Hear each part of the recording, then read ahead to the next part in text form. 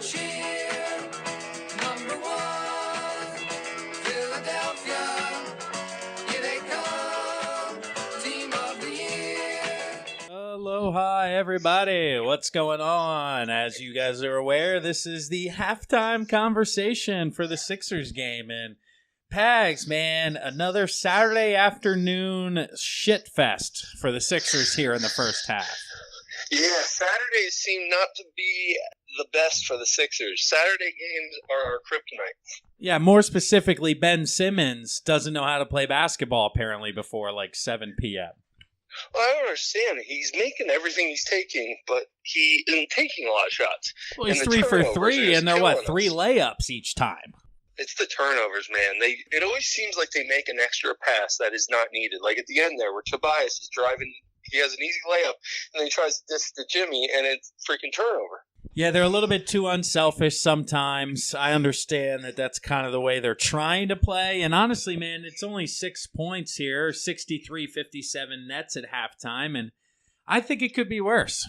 I mean, Embiid has 11 points in 11 minutes of playing, maybe 12 minutes. He could get more time, dude. He's +8. Let's see here. Jimmy Butler, 11 points.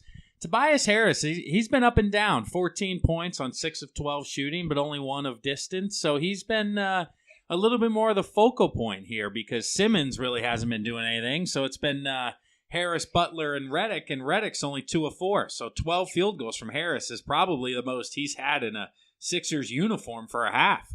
Yeah, who's leading the Nets right now?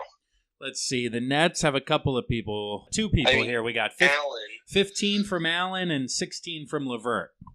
Well, Allen had 11 in that 18-8 run they had right there. He was getting everything. Harris, Dudley, and Allen are +16, +12, and +14. So they were, all 3 of them were pretty good in the first half. And on the Sixers side, unfortunately, man, my man Mike Scott finally made 1 3-pag, so his first 3 since February, but he's -10 here in the first half. Not to be outdone by your man, Mr. Ennis, who's -9. So hey, he hit a 3-2, though.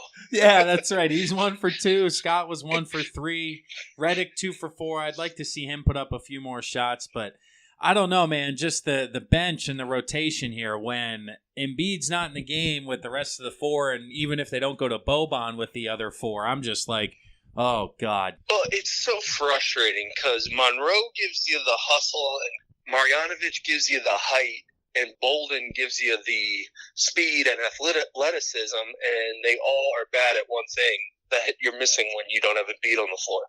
Let's see here. First half rebounds. The Sixers had 24. The Nets had 23. So I know the Sixers have out-rebounded them by a large margin for the first 3 games. So that's one a little bit closer as well. And then you mentioned, does it have it here? Yes, it does. The turnovers. 10 turnovers for the Sixers and only 4 for the Nets. So that's a lot of extra possessions for a team that was having a lot of success in transition in the first half. Well, it's like a tale of 2 games. Last game was the opposite. Sixers had 4 in till the fourth quarter, and then the Nets had an insane amount of turnovers last game. So if they can tighten it up here, I mean, only down 6, that's not the worst thing in the world. It doesn't have the feel of last Saturday's game where it just seemed like the Sixers didn't want to be there. It's just, we got to get the shots falling, and we got to freaking box out. I do think it's a little bit of an attitude and effort thing here again today. Potentially the Sixers, after winning 2 straight, kind of thought that they've bullied the Nets into, hey, this is the way it's going to be.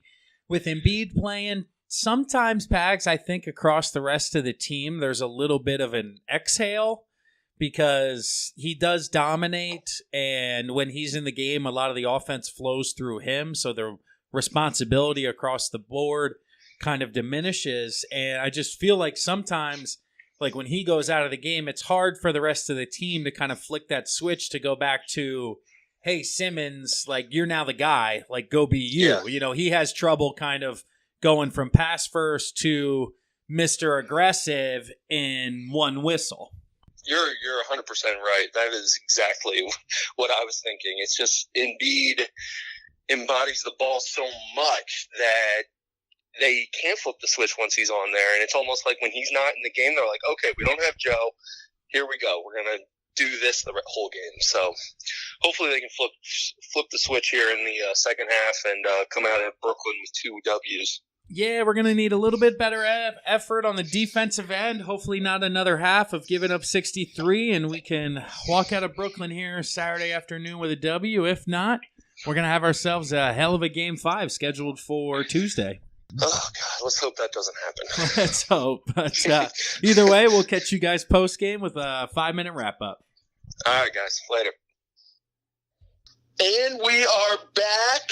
The Sixers take Game 4 in Brooklyn. Michael fucking Scott bringing the fucking hammer down there. Kev, what do you think? I'm fucking pumped right now. Michael Scott heard me loud and clear, Pags. That's all Yes, I was he did. thinking when that ball was going in. I was like, yes, there it is. Dude, all I was thinking down the stretch there was, God, I really wish we had Jimmy Butler right now. Oh, my goodness, right, dude? Can So we back touch to on that that? whole thing, right? Yeah, let's fucking touch on that because these fucking refs. Well, listen here, Mr. Official. Take me through your fandom and then take me through your officiating.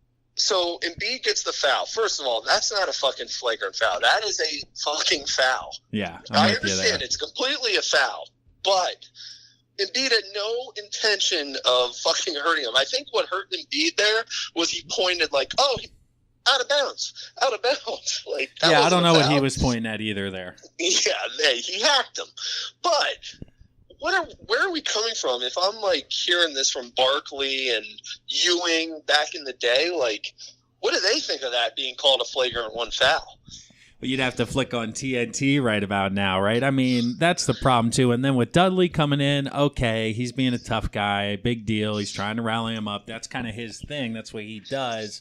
And then Butler gets involved. Then you get D'Angelo Russell coming in. You got Tobias Harris coming in. And I'm thinking to myself, okay, I'm watching this like, okay, good hard foul. No problem there. Okay, there's Dudley. That's a technical. Okay, there's Butler coming in. That's an easy technical. Ooh, Double technical. here comes Harris. Maybe he gets a T. Okay, well, the refs usually take the easy way out here. So who else can I bang from the Sixers? Okay, it looks like Ben Simmons was maybe in the middle of that. Okay, give him a technical. And we got 2 doubles and literally 2 free throws like nothing ever happened. And we just acted like we did a lot while we walked over here to the booth. And we just put headphones on and we're like, okay, how are we just going to make this look even and do absolutely nothing? Got it, and moving on. And that's when they came out and they were like, those 2 guys, double text, both gone. I was like, what the fuck are you talking about? First of all, if you're going to give Butler an ejection, D'Angelo Russell needs to be injected because he shoved the fucking ref and Simmons. I did see the ref end up on the seats there. Oh, I rewinded it and showed Alyssa, like, did you see the dad with his kid and Yes. his wife and just completely bailed on his wife? He was like, you're on your own. He's like, I got the kid. She's like, I'm Yeah. going right. He's like, you shouldn't have went that way. Oh, man, dude. I can only imagine what Jimmy Butler was like in the locker room watching that game. So I was thinking to myself, literally for, how long is the game? 48 minutes? So it was probably 44 minutes. They were still down 6 or 7 or something like that. And I was like, this entire second half, it's been the Sixers get it to 4, and then the Nets push it to 8. And then every TV timeout, it's like 6. And I'm like, this is right where it was at halftime. And all of a sudden, they closed on, I think that, what'd they say it? I was hearing it as I was walking out of the room, like 17-6 run or something to win by 4 when they were down 7. But JJ Redick hits a big shot on an offensive rebound. Apparently, JJ needs to slip before he shoots a 3. I did see that as well. That's how he makes his threes. When I saw that, I was like, oh, no way, that one's going in. Oh, Jesus, it's one of the only one he makes. And then on the last play, again, they tried to go to Embiid inside, a little bit of a mishap. He just finds the open guy, and it just happened to be Scott who knocked it down. That defensive possession at the end there, I think it was a good move by Russell and Allen trying to play that quick kind of 2-man game. There were just a lot of hands involved, and then thank God they got the ball to Harris instead of Simmons there for those last 2 free throws to pretty much ice it. Yeah, that was big by Tobias right there. I was a little nervous when we go up 1, JJ hits the shot, and then they throw the ball out of bounds, and then Embiid fucking turns the ball over, and it's just like, oh my God, can we just please close this freaking game? Those are the moments that are going to hurt you, because Toronto is going to make you pay for that. I know, dude, and that's going to be the problem, actually. We're going to have an issue in the second round because I need to watch these games on Comcast and not the national feed. Hey, I watched game 1 on the national feed. I've gone all Comcast, and I know the second round goes all national. So yeah, at halftime today, I switched back over because in game 3, I watched it on the Comcast feed, and the first 2 I watched on the national feed. And I'm like, oh boy, we're doing good when I'm with Comcast, and these guys are about to run out of real estate here. Well, dude, the best was Abdul Nabi. When Dudley made that second 3, he goes, "Put your hands down, Dudley. You suck." He's such a homer. He is such a homer. He goes, "What are you doing? Denzel was at 31 last game." He's just like going straight, like hardcore for the hometown crowd. I love it. Oh, goodness. Well, hey, so I guess the question now, because I'm 0 for 4 on it, but does Embiid play game 5? Right now I'm saying no, which means he's going to play. Yeah, I'm going to say that he plays in Game 5. The dude almost had a quadruple-double. He had seven assists, 6 blocks. It's just like, oh, my God, this guy is so freaking good. Yeah, 31 points in 32 minutes. So if we could just get and keep him healthy, the potential's here for this squad. But as we saw, man, we are thin. So if we lose one or multiple guys, it's going to be difficult to do anything further here. Yeah, it was nice to see the bench players kind of step up there with Scott and Ennis playing tough, even though the refs were calling everything and anything on him. They can feel good about themselves. Boban can give you some good minutes if we get an early exit from the Nets next Tuesday. Maybe we'll get a little break here. Maybe the Magic will get a win or two, and then we can get Embiid healthy after a 3 or 4 day break. Yeah, Game 5 Tuesday, Game 6 Thursday or Friday. Hopefully that'll wrap it up, and that means the second round will start the early in the week after that, probably come May sometime. So if we could wrap this one up on Tuesday, maybe that'll give Embiid another 5 days kind of in between series to get healthy. Dude, I'm just so happy. I'm watching this scram again. I am just so happy that I'm not going to have to hear that Jared Dudley did that for his team and got Butler ejected, and that's the reason they won this fucking game.